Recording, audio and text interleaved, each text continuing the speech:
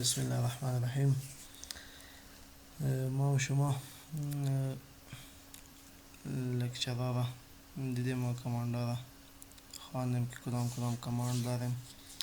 لنگویج ها را گفتیم، مختلف 4 قسم لنگویج ما داشتیم: DDL، TCL و DCL و DML.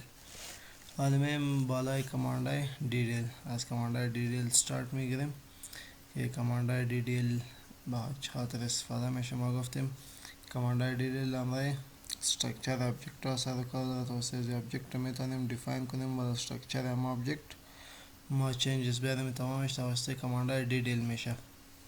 ما گفتیم هرگاه ما کماند DDL رن میکنیم، کماند DDL یک کمیت قبل از کماند و یک کمیت بعد از کماند implicitly سابمیت میکنه و چینجزی که توسط کماند DDL میمانه میتونیم توسط از کماند رول بک او را اندو کنیم. یعنی پرمننتلی دیتابیس، امرای دیتابیس مستقیما کمیونیکیشن داره و مستقیما چینجز در دیتابیس وارد میشه و پرفورمنس ازیم فست از نظر به کماند های DML. میم SQL پلاس اوپن میکنیم و یوزر که ما داریم توسط همو یوزر به دیتابیس خود کانکت میشیم.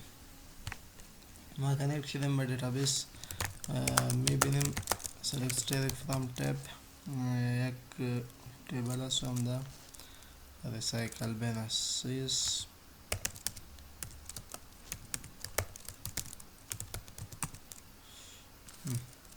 حالا میبینیم کدام تیبل ما نداریم. میم اول توسط کماند کریت چه رقم یک تیبل کریت میکنیم. سیمپل همو اسکویلس کماند اسکویلس که شاید شما در سمستر 4 اسکویل سرور خوانده باشین. به همون شکل در اینجا ما میتونیم که یک تیبل توسط کماند کریت دیفاین کنیم. کریت تیبل، برای تیبل نام میتیم مثلا mp، به نام mp یک تیبل ما کریت میکنیم. یک وقتی که ما گفتیم کماند های زیره میتونیم در یک لاین هم یک استیتمنت نوشته کنیم یا در مولتیپل لاین باشه، ولی کماند ما نمیتونیم که در خود یک کماند مثلا کریت CRE شده ای لاین و ATE ده لاین دیگه به شکل نمی، ولی به شکل ما میتونیم که کریت تیبل mp بعد از قوس اوپن ID دیتا تایپ ازی اینتیجر یا نمبر. دیتا تایپ ما میتونیم اینو مشخص کنیم که تا با چند کاراکتر نمبر سپورت کنه. ID و نیم برای دیتا تایپ مشخص میکنیم. ما در اینجا دیتا تایپی که داریم با دیفالت ورچار 2 است. اگر ما ورچار هم برای بتیم اونجا ورچار 2 دیتا تایپ میگیره. تیبل کریت کردیم توسط کماند DDL سکسسفولی بر ما یک تیبل کریت شد. select direct from tab. حالا اگر ببینیم ما به نام mp یک تیبل داریم. در این تیبل select direct from mp کدام دیتا ما نداریم تا فعلا دیتا به این تیبل انسرت نشده. سیز به شکل ما میتونیم که توسط از دیگه هر ابجکت که باشه، ویو باشه یا پروسیجر باشه یا فانکشن باشه، هر چیزی که باشه ما توسط کماند های DDL میتونیم رو کریت کنیم و رو بسازیم و از او استفاده کنیم. در کماند های DDL و DCL ما گفتیم که قبل از کماند و بعد از کماند یک کمیت پلیس میشه و چینجزی که ما میریم او در دیتابیس استور میشه. حالا ما یک تیبل کریت کردیم به نام mp و در این تیبل کدام دیتا نداریم. میم یک ریکارد به این تیبل انسرت میکنیم. insert into mp قسمی که در SQL میشد ولیو رو برای پاس میکنیم، مثلا ID اول و نیم جاوید. یک ریکارد انسرت کردیم. میم یک ریکارد دیگر هم به نام فواد. دو ریکارد ما به تیبل امپلای خود انسرت کردیم. select direct from mp. در تیبل ما دو ریکارد داریم. حالا اگر ما یک یوزر دیگه داشته باشیم، یک یوزر ما کریت میکنم به نام U1.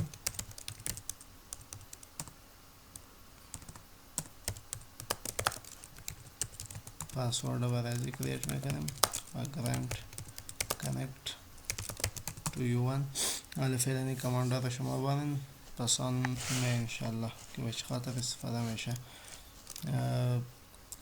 ما صلاحیت پریویلیج پرمیشن رو برای از یوزر گرانت میکنیم.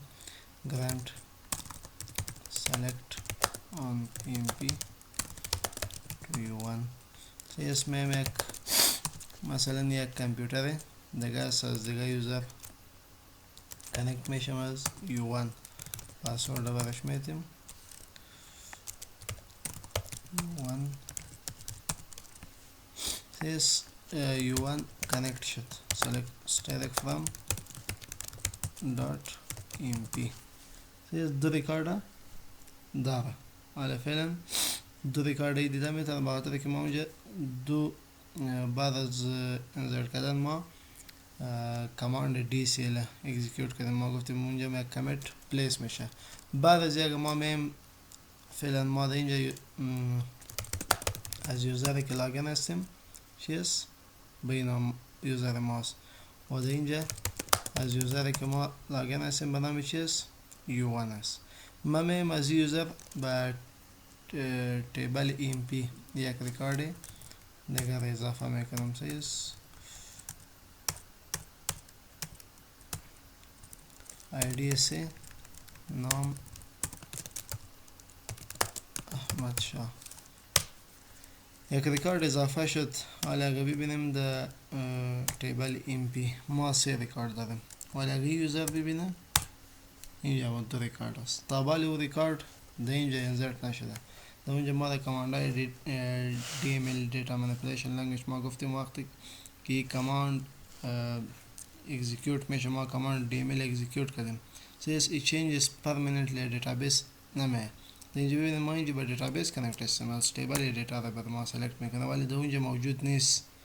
این دیتا که است در بفر میموری از یوزر موجود است. در بفر میموری رفته تا که یک کماند ای explicitly ما کمیت نکنیم یا کماند کمیت اکزیکیوت نکنیم یا implicitly ای کمیت نشه. implicitly ما گفتیم وقتی که کماند DDL یا DCL ما اکزیکیوت کنیم.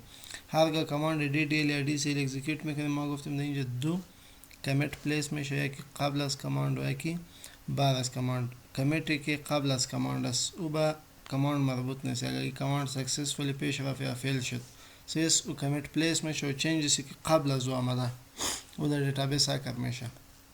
و کمیت دومی که است وقتی که کماند سکسسفولی پیش رفت کمیت دومی ما پلیس میشه.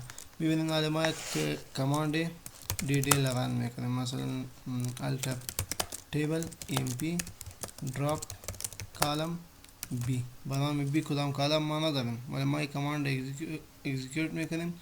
کماند DDL است. کماند خو اکزیکیوت نشد سکسسفولی بخاطر که invalid identifier به نام b کدام کالم ما نداشتیم ولی کمیت قبل از این کماند پلیس شده. حالا اگه ما در اینجا ببینیم در یوزر دیگه دیتا رو سلکت کنیم ببینیم به نام احمد شاه و ریکارد برای ازی آمده. یعنی او چنجسی که در اینجا ما آورده بودیم توسط وقتی کماند DDL اکزیکیوت شد سیس قبل از اینکه کماند اکزیکیوت شد کمیت پلیس شد تا به این ساحه کدام چنجسی که در بفر میموری دیتایی که در بفر میموری بود و پرمننتلی در دیتابیس استور شد و رفت اونجا بر ما ذخیره شد.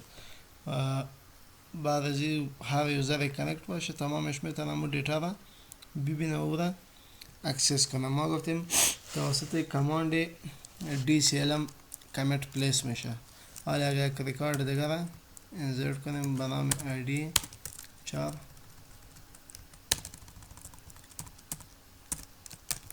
مثلا طارق. حالا اگر از یوزر دیگر ببینیم 3 ریکارد است ولی در اینجا ما 4 ریکارد داریم و تابالی با دیتابیس نرفته در بفر میموری است. اگر اینجا ما یک کماند DCL یا دیتا کنترل لنگویج یک کماند اکزیکیوت کنیم ما گفتیم در اونجا دو کمیت پلیس میشه، یکی قبل از کماند و یکی بعد از کماند. سیس نوشته میکنیم کماند DCL grant DBA to مثلا به نام یک یوزر است. چیز یوزر موجود نیست. کماند ما قصدن غلط نوشته کردیم که کماند فیل شوه، یعنی کمیتی که قبل از کماند از پلیس میشه نمیشه. حالا اگه ببینیم کمیت پلیس شده، یعنی کماند سکسسفولی رن نشد ولی او کمیت قبل از او کماند پلیس شده و او یوزر میتونه که دیتا رو ببینه به خاطر که او چینجز که آمده بود و پرمننتلی در دیتابیس استور شد. به این شکل ما میتونیم که توسط کماند دیدیل آبجکت ها را دیفاین کنیم، کریت کنیم و از او آبجکت ها استفاده کنیم. میم یک مثال دیگر را میبینیم، یک تیبل دیگر را کریت میکنیم، کریت تیبل DPT یا department IDs data type از نمبر و بعد از این میم کالم دیگر را بعد از این میکنیم نیم data type از ورچار 2. چیز در یک لاین ما میتونیم کل کماند را نوشته کنیم. به این شکل تیبل کریت شد. DPT تیبل را دسکرایب میکنیم، میبینیم یک تیبل پیش ما کریت شده، دو کالم داره ID و نیم کالم. چیز که استرکچر از این تیبل است، از این آبجکت است. به این تیبل حالا ما میتونیم که دیتا را انسرت کنیم و از این تیبل استفاده کنیم. حالا ما میم کماند کریت از میبینیم. چیز کریت از کماند است که توسط از ما یک تیبل اگزیستینگ تیبل ما داریم، قبلا پیش ما تیبل موجود است، میخوایم یک کاپی از اون تیبل کریت کنیم. اگر دیتا را کار داشتیم میتونیم دیتا را بگیریم امرش، و اگر دیتا را کار نداشتیم بدون دیتا صرف استرکچر را کار داریم، توسط از ما میتونیم یک تیبل جدید کریت کنیم یا برای آل کالمز یا سپیسیفیک کالم کار داریم از اون تیبل که او بر ما کریت شود تیبل جدید. میم کماند نوشته میکنیم کریت تیبل از. بعد از استرکچر تیبل جدیدی که کریت میشه ما توسط کماند سلکت او را دیفاین میکنیم. نوشته میکنیم select static from emp. مثلا create table نام تیبل و رازی میتیم emp1. بدام emp1 یک تیبل بر ما کریت کو با کدام استرکچر، یعنی select static from emp. قبلا ما یک تیبل داریم بدام emp با همون استرکچر و همراه این دیتا تمام دیتایی که دو تیبل موجود است و می کپی کو به این تیبل جدید بر ما انتقال بده. تیبل کریت شد. چیز اگر ما ایره ببینیم mp1 استرکچر ازی دو کالم داره ID و نیم، و اگر ما تیبل mp رو ببینیم سیم استرکچر، یعنی هر دو تیبل سیم استرکچر است. با سیم استرکچر ما تیبل را کریت کردیم توسط کماند کریت از. حالا اگر دیتا رو ببینیم در mp1 سیم دیتایی که در mp موجود است در تیبل امپلای emp در تیبل emp1 هم موجود است. تمام دیتا را کپی کردیم به اینجا انتقال شده. چیز اگر ما یک کالم دیگر به این تیبل اضافه کنیم، مثلا alter table emp add column age data type as number.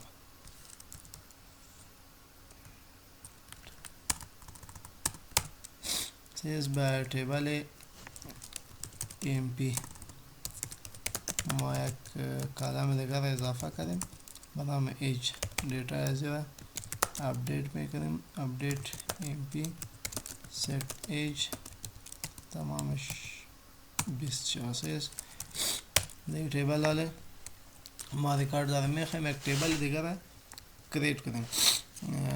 از emp یک کاپیش کریت میکنیم some specific دیتا، بعضی دیتایش کار داریم. مثلا یک چند ریکارد کار داریم که در اونجا کاپی شد و دیگهش کار نداریم. همراه دو کالم، مثلا کالم ID و نیم کار داریم، همراه ریکارد های 1 3 و 4 ریکارد دوم کار ندارم. create table به نام emp2 از select کالم ها ما در select allsteric نمیگیریم، نام کالم مشخص میکنیم id و نیم.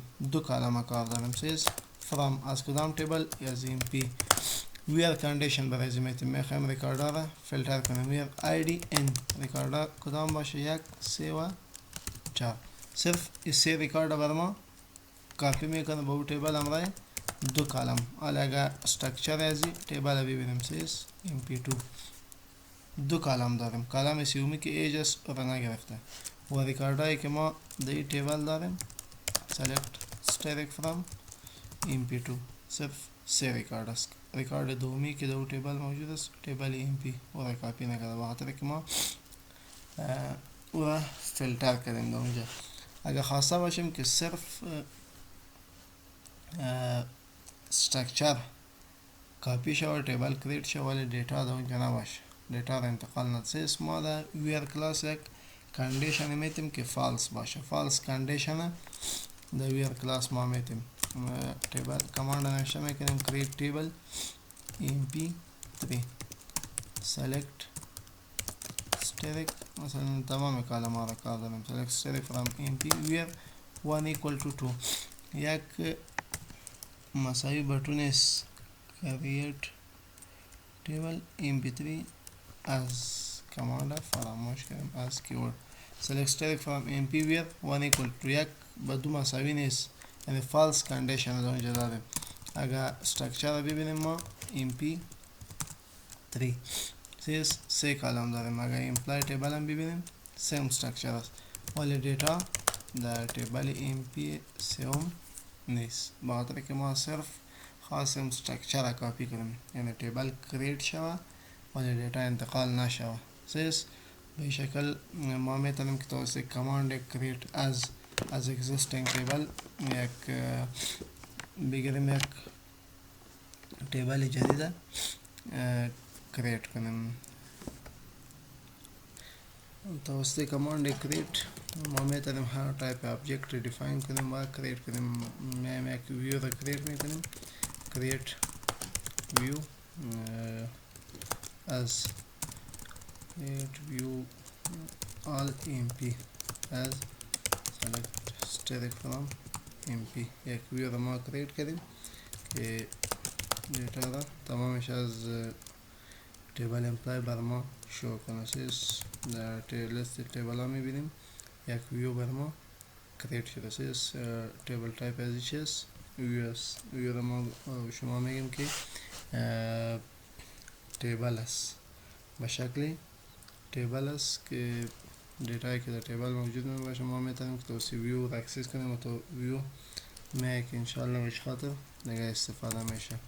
select static from all emp توسط ویو ما میتونیم که دیتا را ببینیم.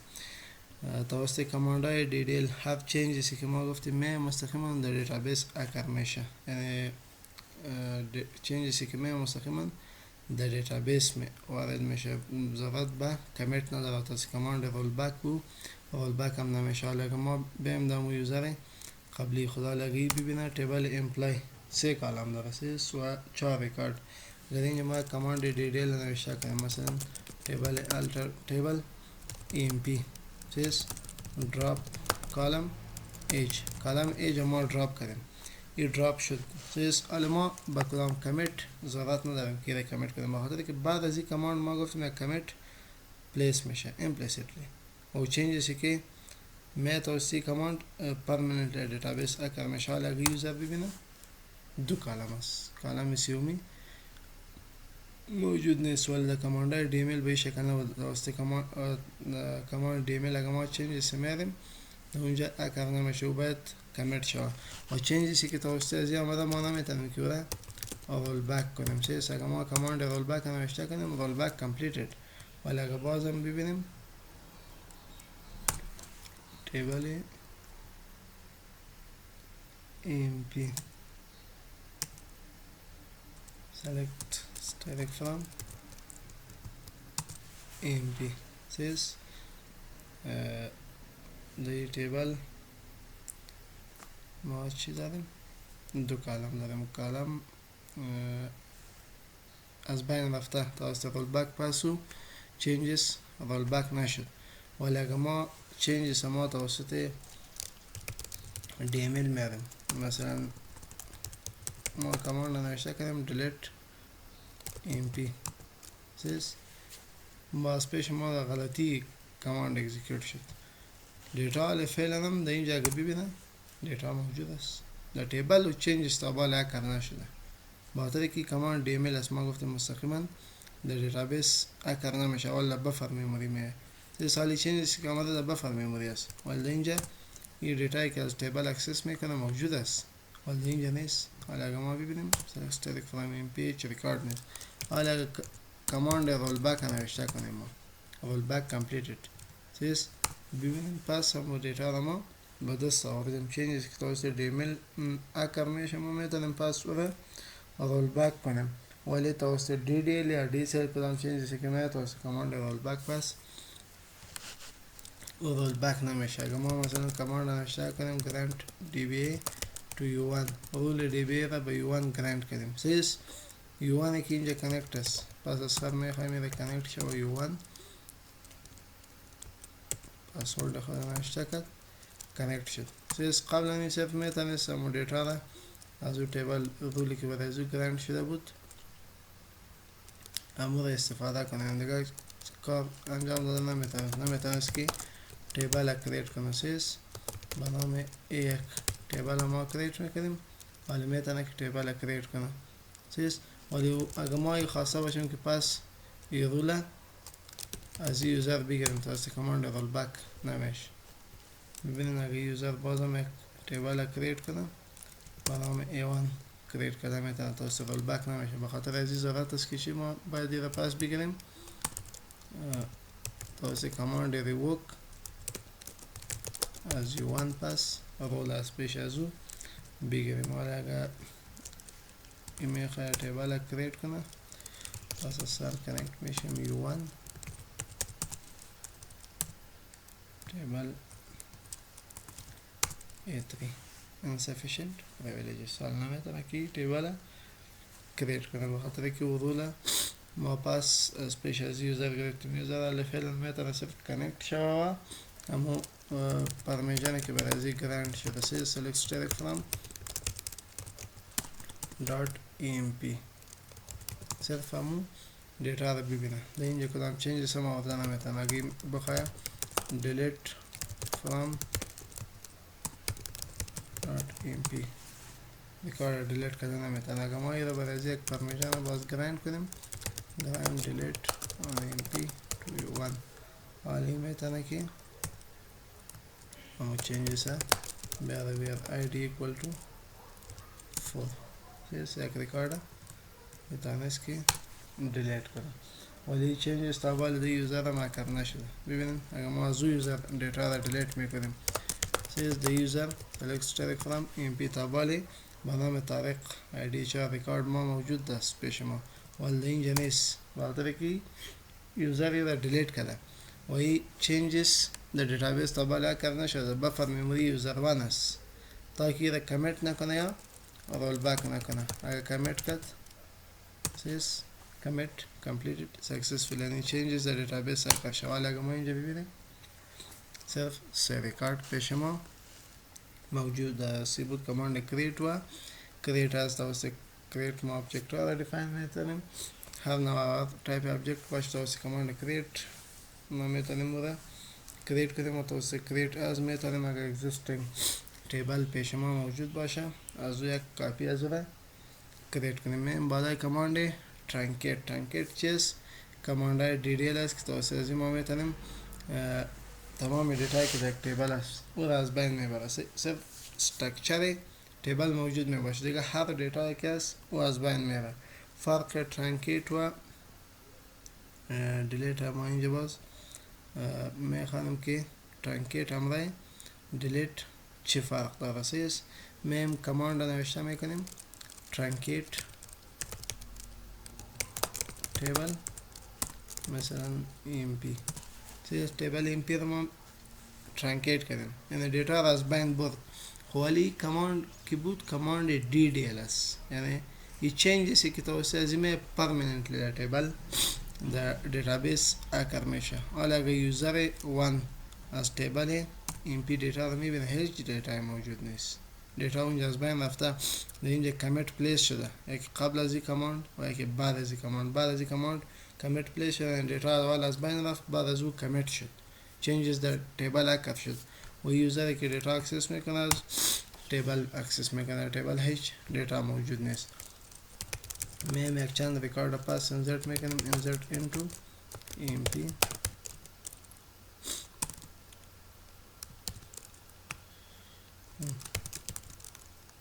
ID و امپرسنت نیم سیس ID یک نیم احمد